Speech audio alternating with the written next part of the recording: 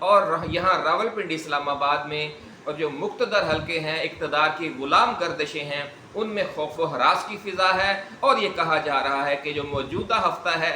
یا آنے والا ہفتہ اس حوالے سے بہت اہم ہے۔ ناظرین، اس کی وجہ یہ ہے کہ اس وقت صورتحال یہ ہے کہ نگران حکومت سے ملکی معاملات چلائے نہیں جا رہے، اور عوام میں شریف خاندان، زرداری خاندان، جہانگیر ترین، پرویز خٹک، محمود خان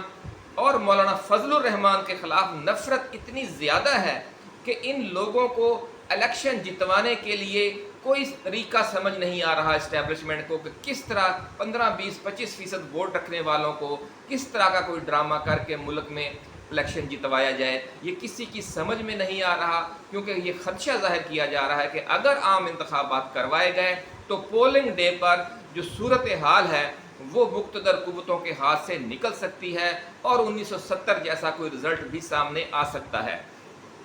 ناظرین، ان حالات میں اب دو ہی آپشن بچتے ہیں۔ پہلا آپشن یہ ہے کہ ملکی اور عالمی اسٹیبلشمنٹ جس طرح کا یہ کہہ رہی ہے کہ آپ عوام کی حکمرانی کا حق تسلیم کر لیں۔ ایک اسٹیبلشمنٹ کا، ہماری ملکی اسٹیبلشمنٹ کا بھی اور عالمی اسٹیبلشمنٹ کا ایک حصہ ایسا ہے کہ وہ یہ انہیں مشورہ دے رہا ہے کہ آپ عوام کی حکمرانی کا حق تسلیم کر لیں اور عام انتخابات کروائیں، جو رزلٹ آئے اسے تسلیم کریں، اور اقتدار جو ظاہر ہے عمران خان کے پاس ہی جائے گا انہیں دیں، تاکہ ملک میں ایک مستحکم حکومت قائم ہو، معاشی استحکام آئے اور اس دلدل سے پاکستان نکل جائے۔ لیکن ملکی اسٹیبلشمنٹ اور عالمی اسٹیبلشمنٹ کا ایک اور حصہ بھی ہے جو بظاہر زیادہ طاقتور ہے۔ ان کا یہ موقف ہے کہ کچھ بھی ہو جائے عمران خان کو واپس نہیں آنے دینا، اور ان کے اپنے ہی لوگ ہیں جو پی ڈی ایم والے ہیں، جنہیں امپورٹڈ سرکار بھی کہا جاتا ہے، انہی کو واپس لے کر آنا ہے۔ اگر وہ انہیں واپس نہیں لا سکتے تو پھر دوسرا حال یہ ہے کہ تمام معاملات اپنے ہاتھ میں لے لینے ہیں، یعنی بوریا بستر لپیٹ دینا ہے اس جو بظاہر نام نہاد آئینی حکومت ہے ملک کے اندر۔ یہ بھی غیر آئینی ہی ہے، اس میں جو ان کا اصل مینڈیٹ تھا وہ تو انتخابات کروانا تھا۔ صوبائی حکومتیں بھی غیر آئینی ہیں اور وفاقی حکومت بھی غیر آئینی ہے، کیونکہ وہ اپنا اصل کام تو کر ہی نہیں رہے جو آئین نے انہیں کی ذمہ داری لگائی ہے۔ جو اب آپ اپنا اگر آئینی فرض انجام نہیں دے رہے تو آپ غیر آئینی کام کر رہے ہیں، اور وہ یہی کام جاری ہے، پولیٹیکل انجینئرنگ جاری ہے۔ ایک سیاسی جماعت کو، اس کے کارکنوں کو، اس کے لیڈروں کو تختہ مشق بنایا جا رہا ہے اور انہیں ملیا میٹ کیا جا رہا ہے۔ کسی نگران حکومت کا آئین کے تحت یہ بالکل کردار نہیں ہے کہ وہ عوام کی جو بھاری اکثریت کا ترجمان لیڈر ہو، آپ اسے دیوار سے لگائیں یا اس کی جو سیاسی جماعت ہے اس کو دیوار کے ساتھ لگائیں۔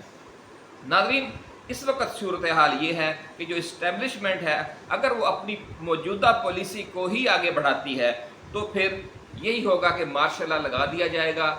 جو سیاستدان ہیں تمام سیاسی جماعتوں کو یا تو انہیں گھروں میں نظر بند کر دیا جائے گا یا جیلوں میں قید کر دیا جائے گا۔ اسٹیبلشمنٹ پچھلے 2-3 برسوں کا جو اس کا موڈ اور مزاج ہے اس سے زیادہ امکان اسی خدشے کا لگ رہا ہے کہ یہی ہوگا، اور خاص طور پر جو پی ڈی ایم والے دعویٰ کر رہے تھے کہ کچھ بھی ہو جائے یا تو ہمیں حکومت ملے گی یا مارشل لا نافذ کر دیا جائے گا، اور اب معاملات اسی طرف جا رہے ہیں۔ انہیں حکومت ملتی نظر نہیں آ رہی، کیونکہ عوام کا موڈ، عوام کی بھاری اکثریت شدید نفرت کر رہی ہے ان سے جو پچھلے 30-40 برسوں سے حکمران رہے ہیں، اور بجلی، پیٹرول، ڈیزل، مہنگائی اس کو کہاں سے کہاں تک لے گئے ہیں۔ ناظرین، ایک امکان یہ بھی ہے کہ جس طرح پچھلے چند ہفتوں سے امریکہ، سعودی عرب اور چین کی طرف سے ملک میں عام انتخابات کروا کر جمہوری حکومت لانے کے لیے دباؤ بڑھایا جا رہا ہے، اور اس حوالے سے ہم سابقہ ویڈیوز میں آپ کو بتا بھی چکے ہیں، اس کے بعد اسٹیبلشمنٹ نے اپنا ذہن بنا لیا ہو اور عمران خان کے ساتھ اٹک جیل میں ہونے والے جو مبینہ ٹریک ٹو مذاکرات ہیں کہ کبھی ان مذاکرات کی خبر آتی تھی اور کبھی تردید آ جاتی تھی، وہ جو ہے مذاکرات وہ کامیاب ہو گئے ہوں، اور اب ملک میں عام انتخابات کروا کر فوج اور آئی ایس آئی کو ملک کی سیاست کی دلدل سے نکالنے کا آئینی راستہ اختیار کرنے کا فیصلہ کر لیا گیا ہو، یعنی یہ دوسرا آپشن ہے۔ اور سپریم کورٹ کے فیصلے کے ذریعے اب فوج کو سیاسی معاملات سے پیچھے ہٹا لیا جائے، یعنی ایک باعزت پسپائی کا راستہ اختیار کرے ہماری اسٹیبلشمنٹ، جو ہونا بھی یہی چاہیے، کیونکہ کسی کو بے عزت کرنا مقصود نہیں ہے۔ اصل معاملہ یہ ہے کہ تمام جو فریق ہیں، جو تمام کھلاڑی ہیں ٹیم کے، وہ اپنی اپنی پوزیشنوں پر کھیلیں گے تو ماشاءاللہ ٹیم بہت اچھا کھیلے گی، پرفارم کرے گی اور جیتے گی بھی۔ یہی فیصلہ اگر کیا گیا ہے تو بہت خوشائند ہے۔ سیاسی معاملات سے جب فوج کو پیچھے ہٹا لیا جائے گا سپریم کورٹ کے فیصلے کے ذریعے تو معاملات پٹڑی پر چڑھ جائیں گے۔ ہمیں دعا کرنی چاہیے کہ جو معاملات ہیں وہ کسی اچھے اختتام کی طرف جائیں اور ملک آگے بڑھے، پیچھے نہ ہٹے۔ ماشاءاللہ اگر لگا تو یہ پیچھے ہٹنے والی ہی بات ہوگی۔ تو ناظرین اب بات کرتے ہیں رٹ دائر کرنے والے شہری یا وکیل راجہ محمد ارشاد صاحب کی کہ وہ کون ہیں۔ انگریزی اخبار ڈان نے لکھا ہے کہ راجہ محمد ارشاد ایک سابق ایڈیشنل اٹارنی جنرل ہیں، جبکہ ایکسپریس نیوز اور روزنامہ ایکسپریس گروپ کا جو انگریزی اخبار ہے ایکسپریس ٹرائیبیون، اس نے لکھا ہے کہ راجہ ارشاد ماضی میں بطور وکیل لاپتہ افراد کے حوالے سے اعلیٰ عدالتوں میں کیسز کی جب سماعت ہوتی تھی تو اس دوران جو وہ ملک کی اعلیٰ انٹیلیجنس ایجنسیوں کے وکیل کے طور پر پیش ہوتے تھے۔ ناظرین ہمارے ذرائع نے بھی یہی خبر دی ہے کہ راجہ ارشاد کو آپ راجہ ریاض ہی سمجھیں۔ بات آپ کی سمجھ میں آ گئی ہوگی ناظرین کہ ذرائع کا یہ کہنا ہے کہ راجہ ارشاد کو آپ راجہ ریاض ہی سمجھیں، فیصل آباد والے راجہ ریاض، سابق اپوزیشن لیڈر راجہ ریاض، کہ جب وہ اپوزیشن لیڈر تھے بظاہر لیکن اندر سے وہ مسلم لیگ نون کے ہی بندے تھے۔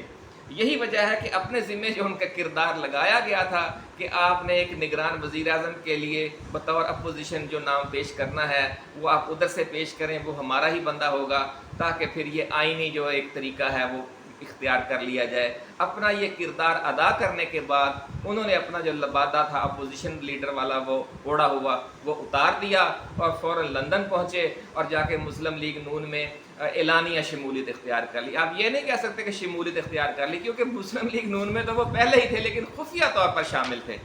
تو ناظرین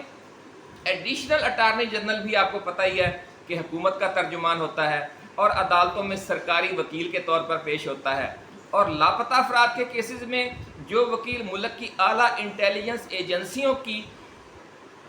جا کر نمائندگی کرے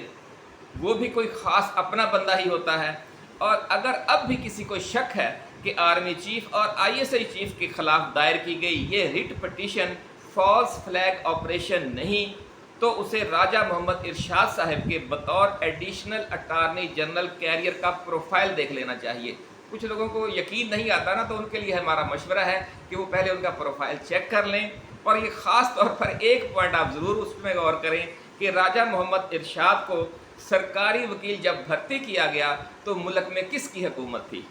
ناظرین جب کیس میں مدعی فریق، الزام علیہ فریق اور عدالت تینوں ایک ہی کیمپ سے تعلق رکھتے ہوں، اس کا فیصلہ کیا آئے گا؟ اس کے منطقی نتیجے کو سمجھنے کے لیے کسی راکٹ سائنس کی ضرورت نہیں۔ وہ مشہور شعر آپ کو یاد ہوگا کہ وہی مدعی، وہی منصف، وہی گواہ، حساب پاک ہوا، یہ خون خاک نشینہ تھا، رزق خاک ہوا۔ یہ وہ معاملہ لگتا ہے۔ دعا ہی کی جا سکتی ہے کہ اس معاملے کا جو بھی منطقی نتیجہ طے کیا گیا ہے اس میں ملک و قوم اور 25 کروڑ عوام کے لیے کوئی خیر کا ہی پہلو ہو۔ ناظرین اس ایکسکلوسیو ویڈیو کو اب ہم یہیں ختم کرتے ہیں۔ انشاءاللہ ایسی ہی ویڈیوز آپ کے لیے ہم لاتے رہیں گے، آپ کو خبر بھی دیتے رہیں گے، تجزیہ بھی دیتے رہیں گے اور پیش گوئیاں بھی۔ بابا جی داتا دربار والوں نے جس طرح کہا تھا کہ 2-3 سال حکومت کرنے کی خواہش مند جو نگران حکومت ہے اس کا سانس 2-3 ماہ کے اندر ہی پھول جائے گا، اور اس کے بعد 2 ہی راستے بچیں گے، یا حکومت کپتان کو دے دی جائے گی یا مارشل لا لگا دیا جائے گا۔ تو یہ مرحلہ آ گیا ہے ناظرین۔ اسی کے ساتھ اجازت دیجیے، آپ اپنے دوستوں، رشتہ داروں اور گرد و نواح میں رہنے والے تمام اہل وطن کا بہت خیال رکھیے گا۔ اللہ حافظ۔ پاکستان زندہ باد۔